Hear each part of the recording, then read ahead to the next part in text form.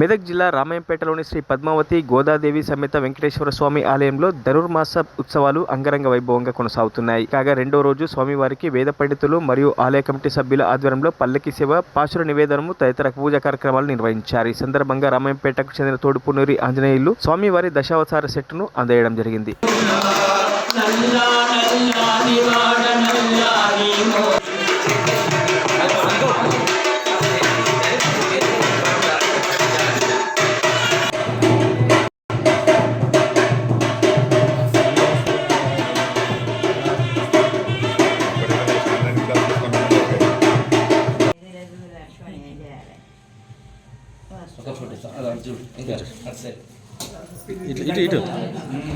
చూడరమ్మా donation రాష్ట్ర వాళ్ళు కూడా ఉంటే చెప్పాలి. గోదా సమేత వెంకటేశ్వర స్వామి దేవాలయం రామాయంపేట నందు మన వెంకటేశ్వర స్వామి దేవాలయంకు దశావతార సెట్టు తొడుపునూరి సులోచన ఆంజనేయులు గారు 80,000 విలువ చేసేటువంటి దశావతార సెట్టు ఇప్పించడం జరిగింది. వారికి వారి కుటుంబ సభ్యులకు స్వామివారి కృపా కటాక్షాలు ఎల్లవేళలో ఉండాలని కోరుకుంటున్నాం.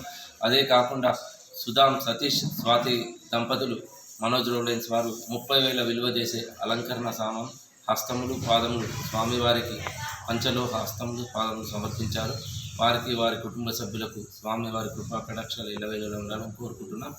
అదే కాకుండా సొల్లేటి భూలక్ష్మి, దయాకర్ దంపతులు స్వామివారికి గంట సమర్పించారు. 10,500 విలువ చేసే పంచలోహ గంటను సమర్పించారు.